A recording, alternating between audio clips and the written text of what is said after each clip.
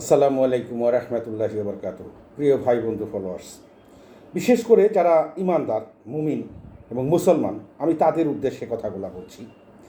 আমরা প্রতিদিনই যারা ইমানদার এবং আল্লাহর সন্তুষ্টি অর্জন করতে চাই এবং জান্নাত পেতে চাই, তারাই বিশেষ করে প্রতিদিন বা সব সময় আমরা বিভিন্ন আলেম ওলামাদের সৌবতে যাই বা তাদের বক্তব্য শুনি, তাদের আলোচনা শুনি এবং আমরা নিজেরাও চেষ্টা করি কিভাবে আল্লাহর সন্তুষ্টি অর্জন করা যায়, জান্নাত পাওয়া যায়।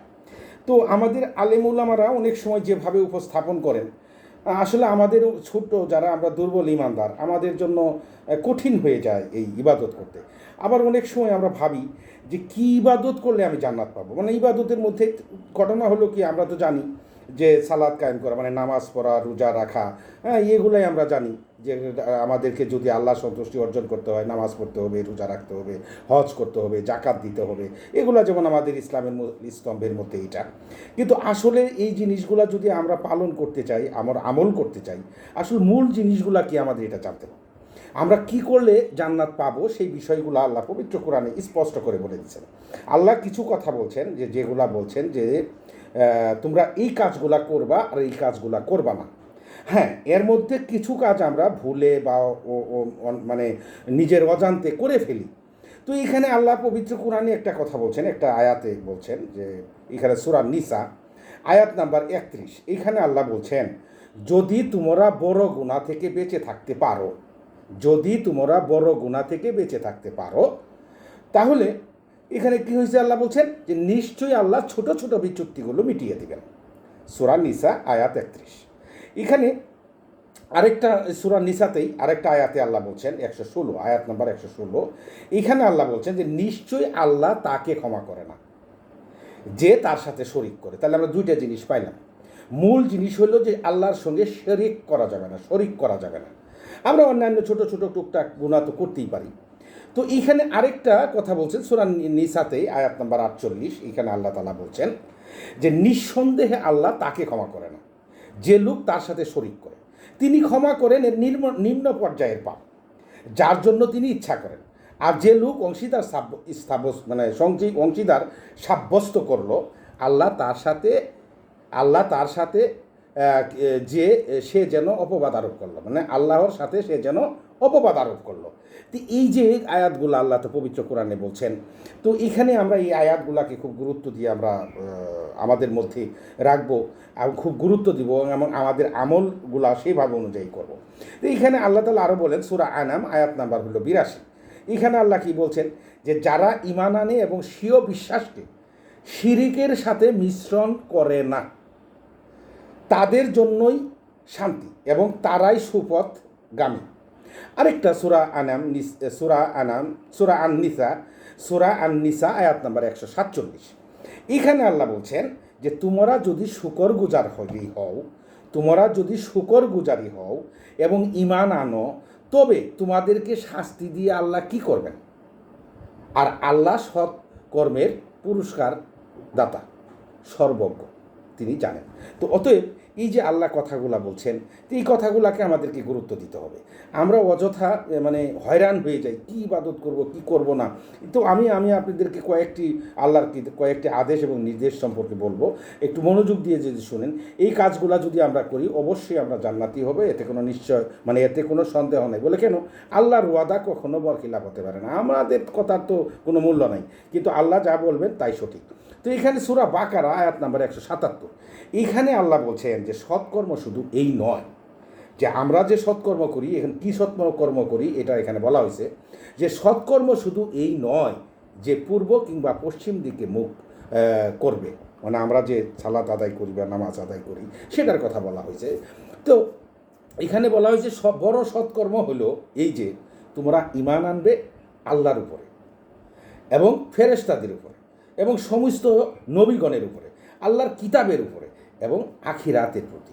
আর কি করবা? দান করবে নিকট আত্মীয় স্বজন, মুসাফির, ভিক্ষুক, অসহায়, এতিম, এদের প্রতি দান খয়রাত করতে হবে। আর নামাজ প্রতিষ্ঠা করবে। যে কথাটা বলা হইলো যে নামাজ প্রতিষ্ঠা করবে, তো নামাজের মধ্যে অনেকগুলা জিনিস, এটা আমি আপনাদেরকে পরে বলতেছি। শুধু আমরা যে সেজদা দিই আল্লাহর কাছে, যে 5 ওয়াক্ত নামাজ পড়ি, এটাই না, নামাজের মধ্যে কায়েমের মধ্যে অনেক জিনিস আছে, সেগুলো আমাদেরকে পালন করতে হবে। এবং রোগে সুখে ক্ষুধায় ধৈর্য ধারণ করতে হবে, যুদ্ধে বিভিন্ন সময় ধৈর্য ধারণ করতে হবে। আর যারা এই ধৈর্য ধারণ করতে পারবে তারাই হলো সত্যশ্রায়ী এবং তারাই হলো মুত্তাকি এবং তারাই আল্লাহর প্রিয় বান্দা। তো এখানে আল্লাহ কি নিষেধ করেছেন, কি আদেশ করেছেন, কয়েকটি কথা আমি আপনাদেরকে বলি, শেষে গিয়ে আমার কয়েকটি কথা থাকবে ইনশাল্লাহ। এখানে 1 নাম্বার হলো আল্লাহর সাথে কাউকে শরিক করবে না। আমরা যদি এই জিনিসগুলো মেনে চলি, আমি কিন্তু প্রথমেই বললাম যে আমরা যদি এই জিনিসগুলো মেনে চলি, অবশ্যই আল্লাহ তাআলা আমাদেরকে জান্নাত দিবেন, এতে বিন্দু মাত্র সন্দেহ নাই। বলে কেন? আল্লাহর ওয়াদা কখনো বরখেলাপ হবে না। তো 1 নাম্বার, আল্লাহর সাথে কাউকে শরিক করবে না।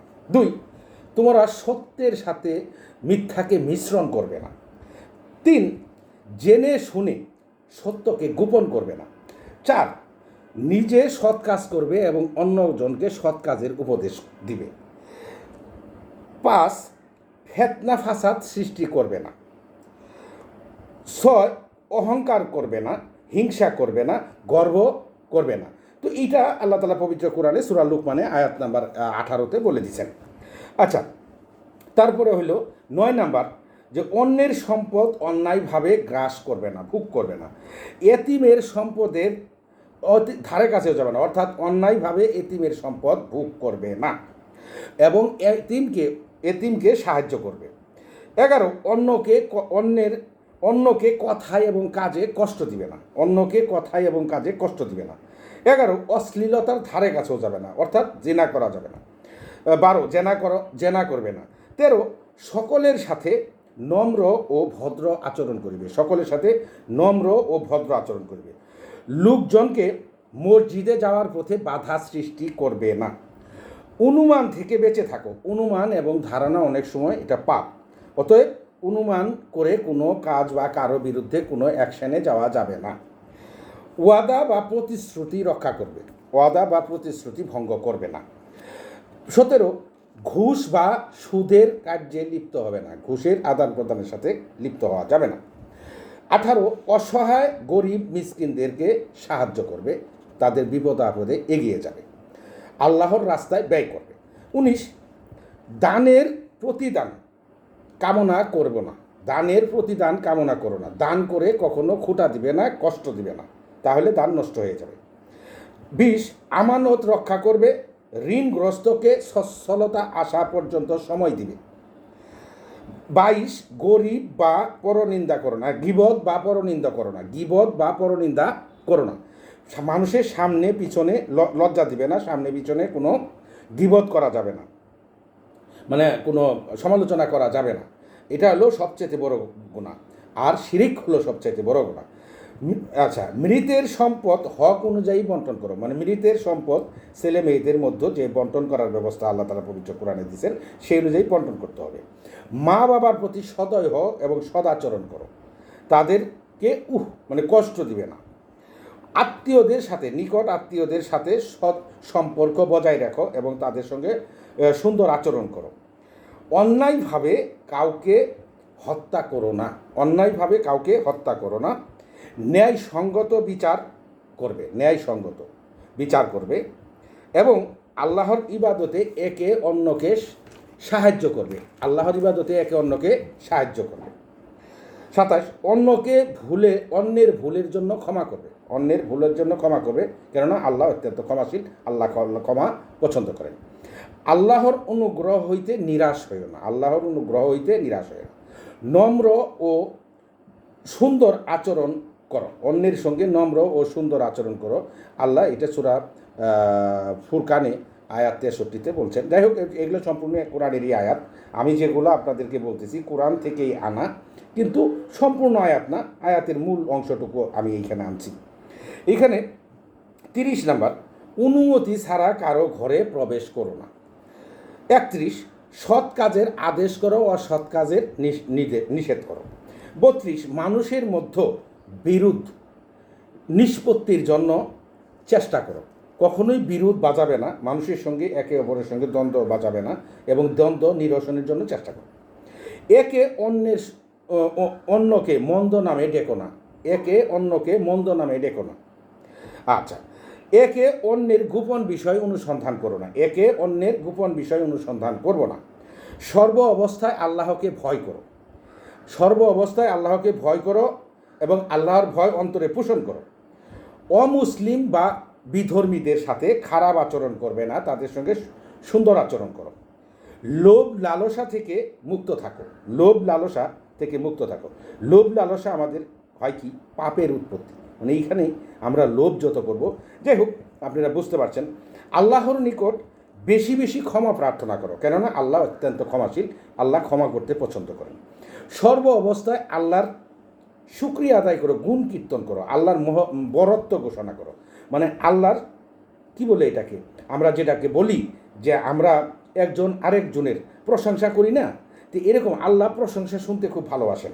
অতএব আমরা সর্ব অবস্থায় সর্বক্ষণ আল্লাহর প্রশংসা করব, আল্লাহর বরত্ব ঘোষণা করব। আল্লাহ যে আমাদেরকে লালন পালন করতেছেন, আল্লাহর এই যে প্রদত্ত জিনিস, আল্লাহর নিয়ামতের শুকরিয়া আদায় করব, আল্লাহ অত্যন্ত সন্তুষ্ট হবেন। এবং আল্লাহ নিকট তারপরে 39 যেটা বলা হয়েছে, ভিক্ষুক বা সাহায্য প্রার্থীকে, ভিক্ষুক বা সাহায্য প্রার্থীকে ধমক দিবে না, যতটুকু পারেন ততটুকু দিবে, যতটুকু পারো ততটুকু দান করবে, কখনো কাউকে ধমক দিবে না।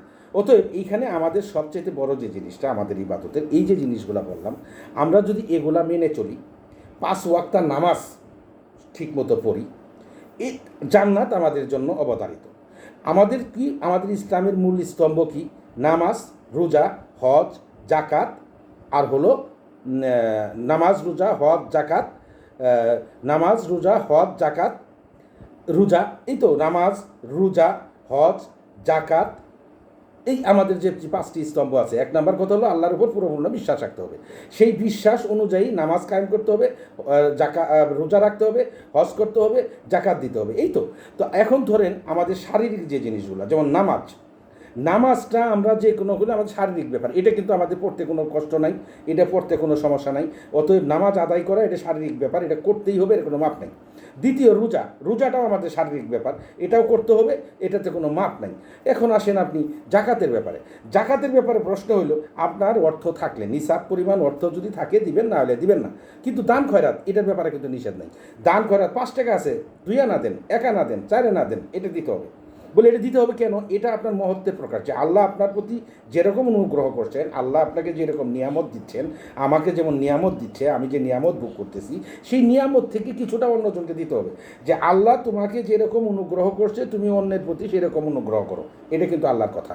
জাকাতের সাথে দান সদকার কোনো কথা নেই। জাকাত একটা জিনিস, আর দান সদকা আরেকটা জিনিস, ভিন্ন জিনিস। অতএব দান সদকা করতে হবে। দ্বিতীয় কথাটা হলো যে আমাদের হজটাও তেমনি, আমার যদি অর্থ থাকে, বাইতুল্লাহ যাওয়ার মতো, আসার মতো অর্থ থাকে, এবং আমার শারীরিক সুস্থতা থাকে, তাহলে আমাকে হজ করতে হবে। এখন আমার যদি এই জিনিস না থাকে, তাহলে আমার জন্য হজ না। বলে হজ নাকি, হজ করতে পারলে করলাম, না নাই, ওটা নিয়ে আল্লাহ আমাকে প্রশ্ন করবে না। আল্লাহ প্রশ্ন করবে যে আমি আল্লাহর উপর পরিপূর্ণ বিশ্বাস রাখছি কিনা, তার সাথে কাউকে শিরিক করছি কিনা, তার মানে বিরোধিতা করছি কিনা, তার যে কথাগুলোকে আমি অবিশ্বাস করছি কিনা, এটা। দ্বিতীয় কথা হলো যে আমরা রাসূল যে আল্লাহ পাঠাইছেন, রাসূলের আনুগত্য করছি কিনা, রাসূল যে আমাদের দাওয়াত দিলেন সেটা আমরা শুনছি কিনা। তারপরে কিতাবের উপর বিশ্বাস, যে কিতাব, এই যে পবিত্র কোরআন থেকে এই যে কথাগুলো বলছি, এই কথাগুলো আপনি বিশ্বাস করবো কিনা আমরা, এটা হলো বড় কথা। যদি বিশ্বাস না করি, নাই। ফেরেশতা আছে আমাদের কাছে, আছে সবসময় ফেরেশতা, আল্লাহর আরশ থেকে আসতেছে, যাইতেছে, আমাদের লিখতেছে ভালো মন্দ, এটাকে বিশ্বাস করতে হবে। দ্বিতীয়, আখিরাতকে বিশ্বাস করতে হবে, যে আখিরাতে আমি যে মৃত্যুর পরে আমাকে জীবিত করবে, আমাকে বিচার হবে, এই জিনিসগুলোকে আমাকে বিশ্বাস করতে হবে। এটা যদি আমি বিশ্বাস না করি, তাহলে আমি মানি নাই। দ্বিতীয় কথা হলো যে ভাগ্য আল্লাহ তাআলা লিপিবদ্ধ করে রাখছেন, যে ভাগ্য লিপিবদ্ধ করে রাখছেন, এটা আরেকবার বলছি, যে দ্বিতীয় কথা হলো যে ভাগ্যটা আমি কি করব দুনিয়াতে এসে, আর আল্লাহ তাআলা আগে জানেন, ওই জিনিসগুলো লিখে রাখছেন, এবং যা হয় আমার কর্মের কারণেই হয়, এবং আমি এটা করব, এটা আল্লাহ জানে। অতএব এটা আমার অবধারিত, এটা নিয়ে কাউকে দোষাও যাবে না, কিছু করা যাবে না, এটা আমার হবেই। ততএব আমরা এই জিনিসগুলোকে মনে রাখবো। আর এই যে আমি বললাম ইবাদতের যে কথাগুলো বললাম, যে কথাগুলো আল্লাহ আদেশ নির্দেশ করছেন, এই কথাগুলো আমরা মেনে চলবো। আর ইবাদত অত বেশি না করতে পারি, যতটুকু করি 5 ওয়াক্ত সালাত আদায় করে আমরা যদি অবসর থাকি, আল্লাহর একটু শুকরিয়া আদায় করলাম, গুণগান গাইলাম, তাসবিহ করলাম, হ্যাঁ আল্লাহ তুমি অনেক মহান, আল্লাহ তুমি অনেক দয়াবান, আল্লাহ তোমার শুকরিয়া আদায় করে শেষ করতে পারি না, তুমি কত কিছু দিছো, আল্লাহ তোমার নিয়ামত ভোগ করে খাইতেছি, আল্লাহ তুমি তো মহান, এগুলো বলতে তো আমাদের কোনো সমস্যা নেই। এই জিনিসগুলাই বলা আল্লাহ অত্যন্ত খুশি হন। যে কোনো মানুষের সম্পর্কে যদি কোনো মানুষ সম্পর্কে প্রশংসা করে, আর ওই ব্যক্তি যদি জানে যে এই লোকটা আমাকে প্রশংসা করছে, ওই ব্যক্তিটা অত্যন্ত খুশি হয়। তো আল্লাহ তেমনি আল্লাহর যে প্রশংসা করা, মানে আল্লাহর প্রশংসা করাটা হলো আমাদের বড় জিনিস। আল্লাহ প্রশংসা পছন্দ করেন, আমরা সর্ব অবস্থায় আল্লাহর প্রশংসা করব, আর এই নিয়ম নীতিগুলো আমরা মেনে চলবো। অবশ্যই আল্লাহ আমাদেরকে জান্নাত দেবেন। এই যে আমরা পেরেশান হওয়া, কী ইবাদত করবো না, ভাই সৎ পথে থাকবো, কাউকে কষ্ট দিব না। যে কথাগুলো আমি এখানে বললাম সেই কথাগুলো আমরা মেনে চলবো, জান্নাত অবধারিত। তো এখানে সূরা আনাম আয়াত নাম্বার হলো 82। এখানে আল্লাহ বলছেন যে যারা ঈমান আনে এবং স্বীয় বিশ্বাসকে শিরকের সাথে মিশ্রিত করে না, তাদের জন্যই শান্তি এবং তারাই সুফলগামী। হ্যাঁ, তো এইখানেই আল্লাহ তাআলা বেহেশতের কথা বলছেন। আমাদের আমরা আসলে এই জিনিসগুলোকে উপলব্ধি করি না। আল্লাহ আমাদেরকে বোঝার তৌফিক দান করুক। আর জান্নাত পেতে হলে একেবারে পেরেশান হওয়ার কিছু নাই যে কী করব না, এটা সহজ জিনিস। যে কথাগুলো বললাম, আল্লাহ যেন এগুলো আমাদেরকে পালন করার তৌফিক দান করেন, আমরা যেন এগুলো আমল করতে পারি। আর ইনশাআল্লাহ আমরা অবশ্যই জান্নাতে যাব, এতে কোনো সন্দেহ নেই। আল্লাহর ওয়াদা কখনো মিথ্যা হইতে পারে না। আসসালামু আলাইকুম ওয়া রাহমাতুল্লাহি ওয়া বারাকাতুহু।